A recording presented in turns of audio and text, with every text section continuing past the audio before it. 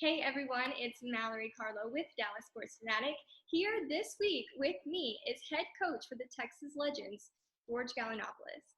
I am so pumped that you're here. I'm super excited. How are you?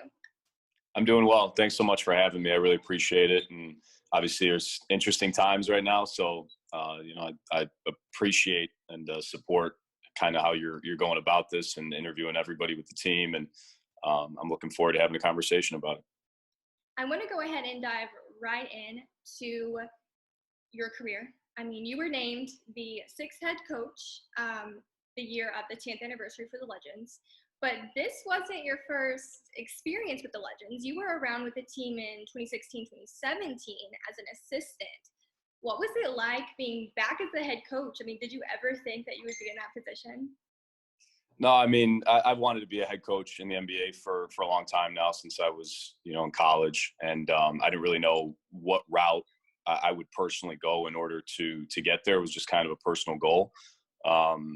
This opportunity is one that I didn't foresee happening this quickly. When I was approached about it, I was actually a little bit surprised and caught off guard. But, everything materialized in kind of a serendipitous way. And, thankfully the Mavericks, saw an opportunity for me to help them out in that capacity. And it's an opportunity that I'm really, really grateful for. And it was, a great season. And, I'm looking forward to being back next year. We were just talking about the 2016, 2017 team. Being there in that moment, they accomplished a lot that season. I mean, they had the most NBA call-ups with 5 of those. They had the most wins in franchise history up to that point. Did you ever look at that situation and then when you got head coach and be like, okay, like I need to beat this. I can do better. Like this is my team now. No, I didn't think about that. Every season, especially in the G League, considering the amount of roster turnover that there is every year, every season's unique. And that was a really, really special season. I just come off an intern year with the Mavericks, so I was really, really grateful to be able to stay within the organization and work in that capacity as an assistant coach. And we had a great group of guys, a great staff, and we put together a great season. We had call-ups, we had wins. It was just a really, really enjoyable season. And I'm always forever grateful, for the opportunity to be a part of that. Coming into this year, there was no part of me that was trying to best that year. It really was just coming in and, trying to fit in with my role as much as I possibly could and just do my best to help the people in the organization, from the staff, to the players, obviously help develop their games and add value to themselves and hopefully get call-ups and wins and all that. But, the hope was just to come in and help people get better and just kind of see what would happen. This was actually not your first experience with the G League. I saw where you were an intern with the Bakersfield Jam, whereas now would be called the Northern Arizona Suns. This was definitely probably something that helped build you up and learn the G League. What was something that you took away from that experience that kind of helped you this year with the team? Yeah. Well, there was a lot that I learned. I was coming out of college as an intern. I was about 22 years old. And, you think you know everything at that point, and you find out rather quickly you don't know anything. And, I spent 3 years there. And in my 3 years, I was really, really fortunate to be around some really good people, specifically some older, more experienced coaches that mentored me a lot over a span of 3 years, and really helped me realize what it truly meant to be a professional in this business. What it meant to help people. I came in at 22 just wanting to be a head coach in the NBA, and it was just going to work out, and that's what it was going to be. And I was pretty ambitious, and what those guys taught me was how to really approach coaching and how to be selfless and how to give yourself up and your own personal goals and dreams up for the betterment of the people around you. And I think in those 3 years, that was probably my biggest growth. And it kind of gave me a roadmap and a compass to understanding, how to become more self-aware and have a higher level of emotional intelligence in order to be in a role like this. When you're a head coach, you're responsible for so many people. And I take that very seriously, from a personal standpoint. The responsibility of the development of everybody around you. And that's something that I really, really learned and built a good foundation with, being lucky to have those mentors back in the day. So that's really what I learned in those 3 years, I think, more than anything that helped me in the position that I'm in today. Being a head coach was something that wasn't new to you. I mean, you were the coach for the Uganda national team. I mean, that in itself, I mean, that's so neat. Being overseas, it's different, you know, the game, the people, the atmosphere. I asked what you took away from G League to G League, like team to team, but what was it like to transition from something completely different, another league, bringing that into the G League? Like, was there something outside of that helped you grow into that? Yeah, it was an incredible experience going out there. Obviously, the life experience, going out to a completely different continent, especially Africa, and just traveling to the different countries and seeing a whole different way of life. It opens up your perspective that I think just helps you in everyday life here in America. But from a coaching perspective, obviously getting that in-game coaching experience in some close games and hostile environments is something that's very invaluable, especially when you coach at a high level in the G League. It really, really helps. But I think the one thing that transferred from a coaching perspective that was same across both teams was kind of the messaging and approach to the team was that, look, we want to win.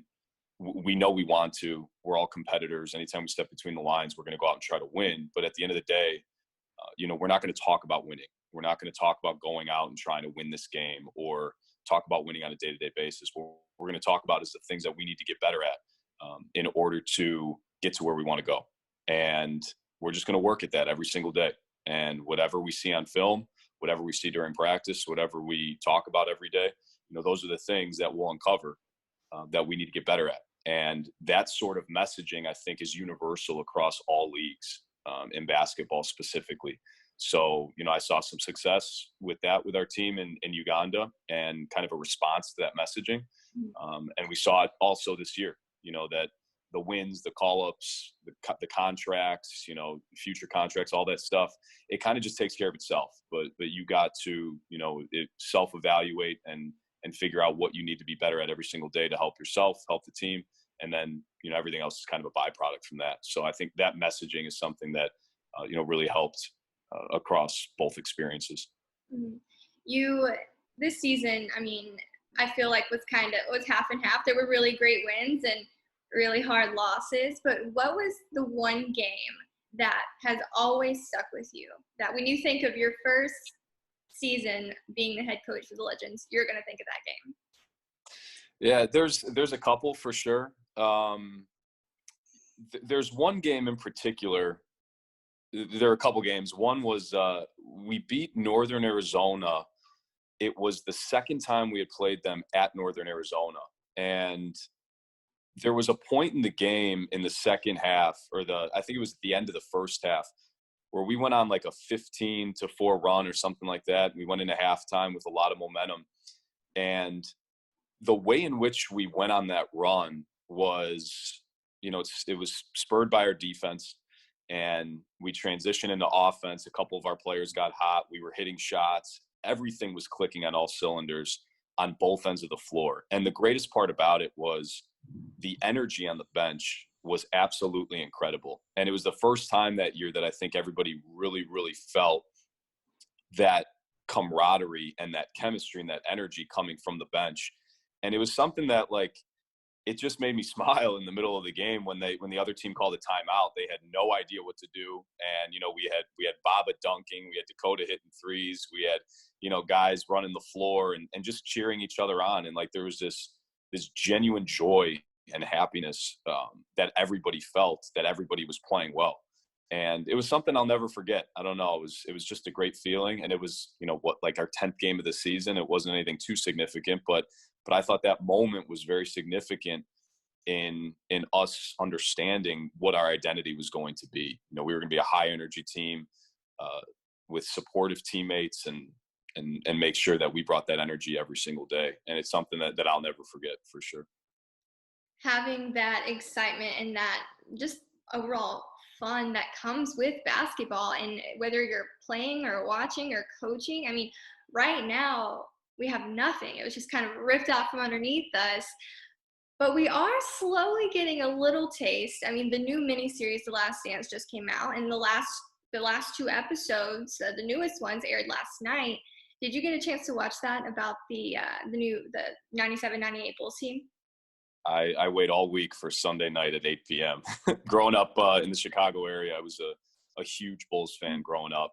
My room was loaded with memorabilia, and I still have a lot of it to this day, kind of, I think, up in our attic or something like that back at my home. But yeah, I love the Bulls growing up. Michael Jordan was and still is my favorite player to this day. And, the episodes have been and have not disappointed. That's for sure. I didn't get a chance to watch last night, so I'm a little behind.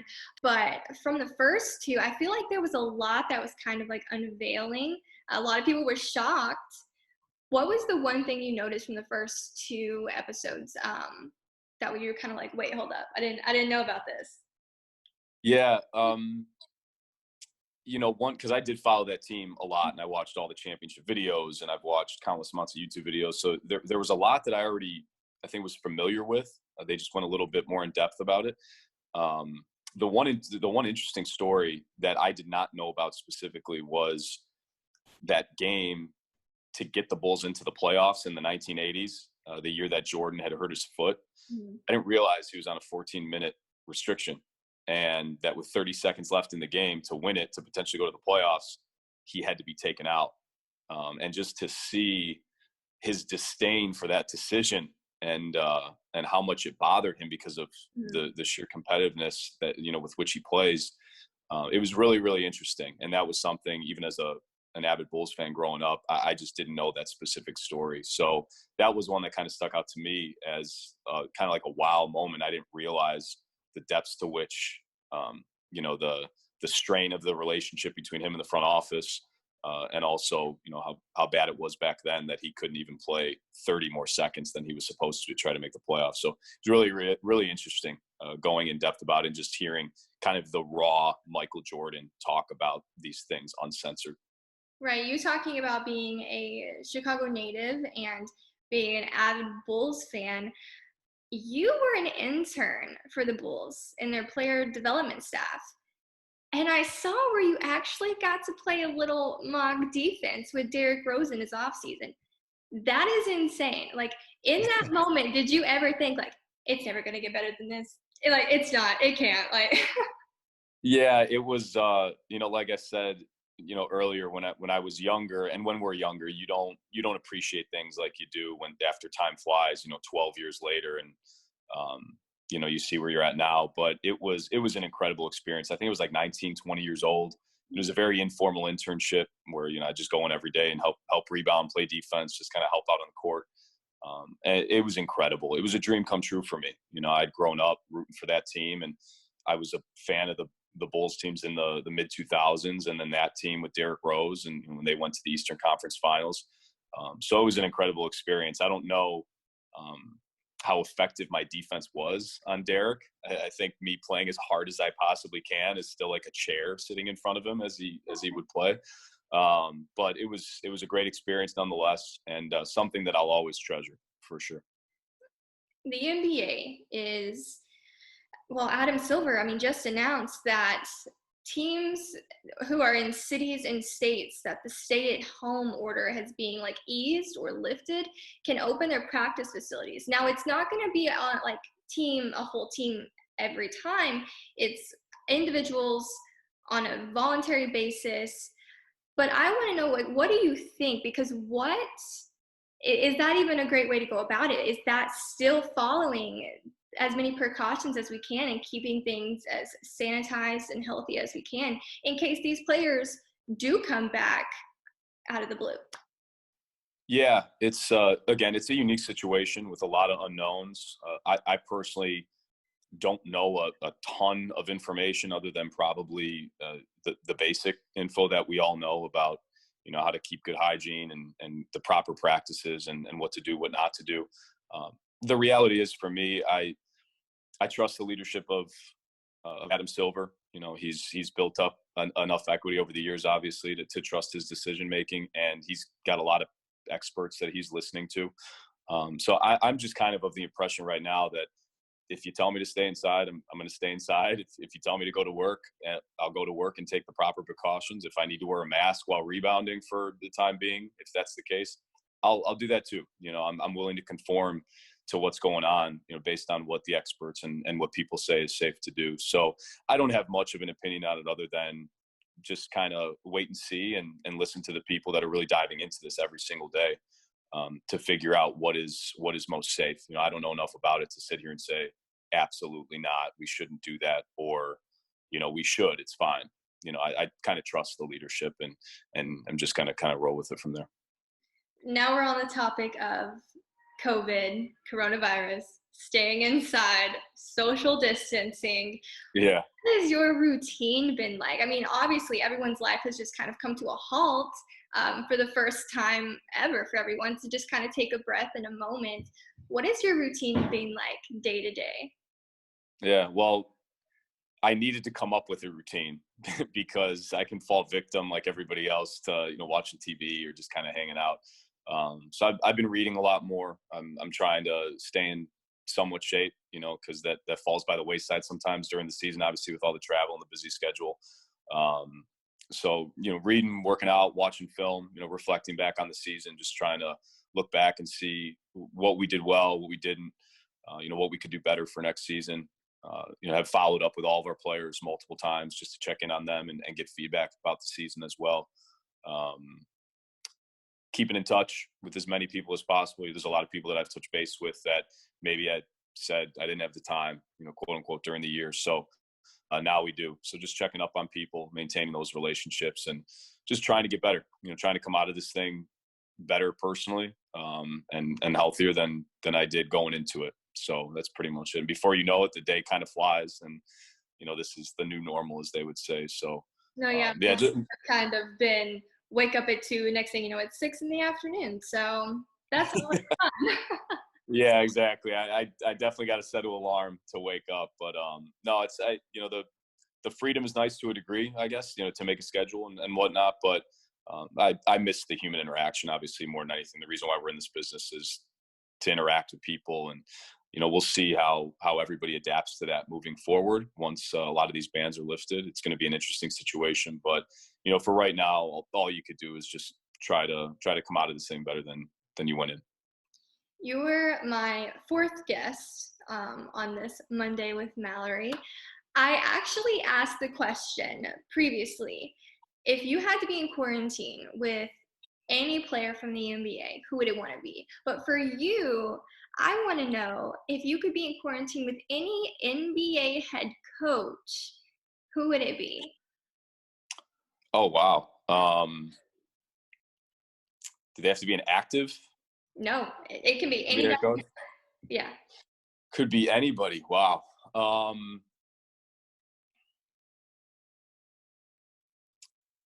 That's an interesting question. You didn't prep me on that one. I had to throw a curveball at you. Yeah, no, this is a curveball. I'm waiting for it to get to me so I don't swing and miss. Probably Phil Jackson. And he's got to be open about any questions I ask about behind the scenes stuff with the Bulls too. So, His brain.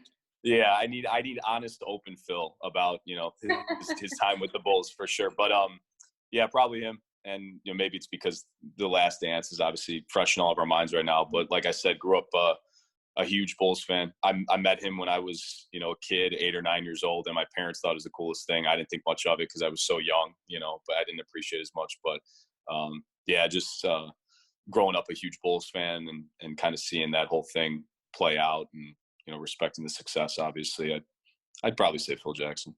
No, yeah, I think that could be interesting. I think you could learn a lot in the span of, I've lost track of how long we've been in quarantine. So Yeah, who knows? I'd probably come out, you know, maybe I'd probably come out meditating a lot more and, you know, into Zen Buddhism. Who knows? But yeah, it could be an interesting guest for sure. Well, I just want to say thank you so much for chatting with me this morning. I really enjoyed it, and I'm so glad we got the chance to finally sit down, and I got to pick your brain. So thank you so much for joining me. Yeah, thank you so much. I really appreciate the time. Thank you. Well, have a great day, and I hope I see you soon whenever the season returns. We'll see. So Yeah, Yeah, you too. Stay safe, Mel. I will. Thank you. Bye. Bye.